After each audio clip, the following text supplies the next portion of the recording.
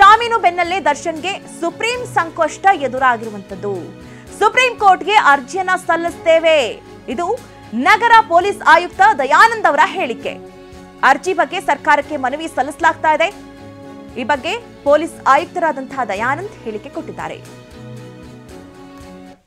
ರೇಣುಕಾಸ್ವಾಮಿ ಕೊಲೆ ಪ್ರಕರಣಕ್ಕೆ ಸಂಬಂಧಪಟ್ಟ ಹಾಗೆ ಏನು ಈಗ ಜಾಮೀನು ದೊರೆತಿದೆ, ಅದಕ್ಕೆ ಸಂಬಂಧಪಟ್ಟ ಹಾಗೆ ಸುಪ್ರೀಂ ಕೋರ್ಟ್ನಲ್ಲಿ ಅಪೀಲ್ ಮಾಡಲಿಕ್ಕೆ ಪ್ರಯತ್ನಗಳನ್ನು ಮಾಡಲಾಗ್ತದೆ. ಅದರ ಬಗ್ಗೆ ನಾವು ಪ್ರಸ್ತಾವನೆಯನ್ನು ಸರ್ಕಾರಕ್ಕೆ ಸಲ್ಲಿಸ್ತಾ ಇದ್ದೇವೆ. ರೇಣುಕಾಸ್ವಾಮಿ ಕೊಲೆ ಪ್ರಕರಣಕ್ಕೆ ಸಂಬಂಧಪಟ್ಟ ಹಾಗೆ ಏನು ಈಗ ಜಾಮೀನು ದೊರೆತಿದೆ, ಅದಕ್ಕೆ ಸಂಬಂಧಪಟ್ಟ ಹಾಗೆ ಸುಪ್ರೀಂ ಕೋರ್ಟ್ನಲ್ಲಿ ಅಪೀಲ್ ಮಾಡಲಿಕ್ಕೆ ಪ್ರಯತ್ನಗಳನ್ನು ಮಾಡಲಾಗ್ತದೆ. ಅದರ ಬಗ್ಗೆ ನಾವು ಪ್ರಸ್ತಾವನೆಯನ್ನು ಈ ಬಗ್ಗೆ ಹೆಚ್ಚಿನ ಡೀಟೇಲ್ಸ್ ಅನ್ನು ನೀಡ್ತಾರೆ ನಮ್ಮ ಪ್ರತಿನಿಧಿ ಶಿವಪ್ರಸಾದ್. ಶಿವಪ್ರಸಾದ್, ನಾವು ಗಮನಿಸ್ತಾ ಇರೋ ಹಾಗೆ ಒಂದ್ ಕಡೆ ಈಗಾಗಲೇ ದರ್ಶನ್ಗೂ ಬೇಲ್ ಸಿಕ್ಕಾಯಿತು, ಪವಿತ್ರ ಗೌಡ ಮತ್ತೆ ಲಕ್ಷ್ಮಣ್ ಕೂಡ ಇವತ್ತು ಜೈಲಿನಿಂದ ಹೊರಗಡೆ ಬಂದಿದ್ದಾರೆ. ಇನ್ನೊಂದು ಕಡೆ ಗಮನಿಸೋದಾದ್ರೆ ಜಗದೀಶ್ ಹಾಗೆ ಅನುಕುಮಾರ್ಗೆ ಇದುವರೆಗೂ ಶ್ಯೂರಿಟಿ ಸಿಕ್ಕಿಲ್ಲ ಅನ್ನುವಂತಹ ರೀಸನ್ ನಲ್ಲಿ ಅವರು ಕೂಡ ಜೈಲಿನಲ್ಲೇ ಇದ್ದಾರೆ. ಇದೆಲ್ಲವನ್ನ ಗಮನಿಸ್ತಾ ಇರೋದಾದ್ರೆ ಒಂದು ಕಡೆ ಈ ಕೊಲೆ ಆರೋಪದಲ್ಲಿ ಸಂಬಂಧಪಟ್ಟಂತೆ ಕೆಲವರಿಗೆ ಮಾತ್ರ ಜಾಮೀನು ಸಿಕ್ಕಿರುವಂತದ್ದು, ಇನ್ನು ಕೆಲವಷ್ಟು ಜನ ಪರದಾಡುವಂತಹ ಪರಿಸ್ಥಿತಿ ಇರೋದು. ಅದ್ರ ಮಧ್ಯದಲ್ಲಿ ಪವಿತ್ರ ಗೌಡ ಇವತ್ತು ಹೊರಗಡೆ ಬರ್ತಾ ಇದ್ದಂತೆ ಟೆಂಪಲ್ ರನ್ ನಡೆಸಿದ್ದಾರೆ. ಈ ಕುರಿತಾದಂತಹ ಕಂಪ್ಲೀಟ್ ಡೀಟೇಲ್ಸ್ ಅನ್ನ ಕೊಡೋದಾದ್ರೆ ಶಿವಪ್ರಸಾದ್.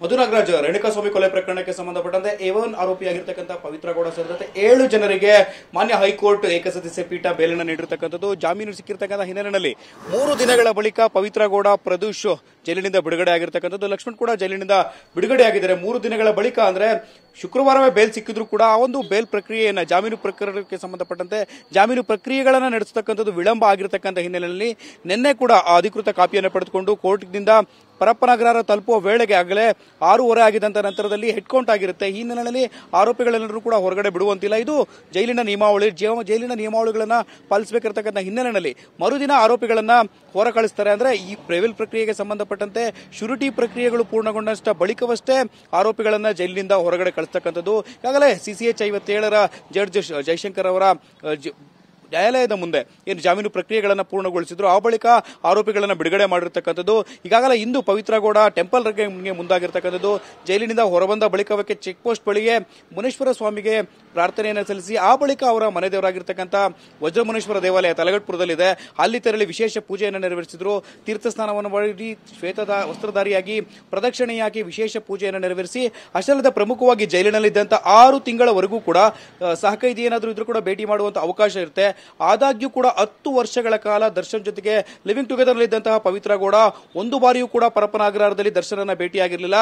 ಜೈಲಿನಿಂದ ಹೊರಬಂದಂತಹ ಬಳಿಕ ದೇವಸ್ಥಾನದಲ್ಲಿ ಪೂಜೆ ಮಾಡುವಂತಹ ಸಂದರ್ಭದಲ್ಲಿ ಅವರ ತಾಯಿಗೆ ಸನ್ನೆಯನ್ನ ಮಾಡೋದ್ರ ಮೂಲಕ ದರ್ಶನ್ ಹೆಸರನ್ನ ಹೇಳುವಂತೆ ಸೂಚಿಸಿದ್ರು.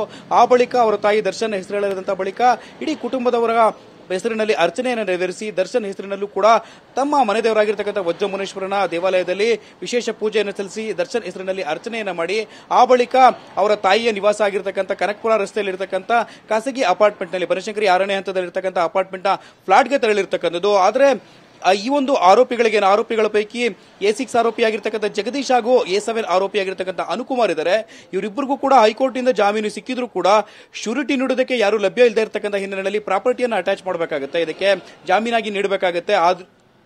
ಈ ಒಂದು ಪ್ರಕ್ರಿಯೆಗಳನ್ನು ನೆರವೇರಿಸೋದಕ್ಕೆ ಜಾಮೀನು ನೀಡೋದಕ್ಕೆ ಶ್ಯೂರಿಟಿ ನೀಡುವಂತವರು ಯಾರು ಇಲ್ಲದೆ ಇರತಕ್ಕಂಥ ಹಿನ್ನೆಲೆಯಲ್ಲಿ A6 ಜಗದೀಶ್ ಹಾಗೂ A7 ಅನುಕುಮಾರ್ ಇನ್ನೂ ಕೂಡ ಪರದಾಟವನ್ನು ನಡೆಸಿದ್ದಾರೆ.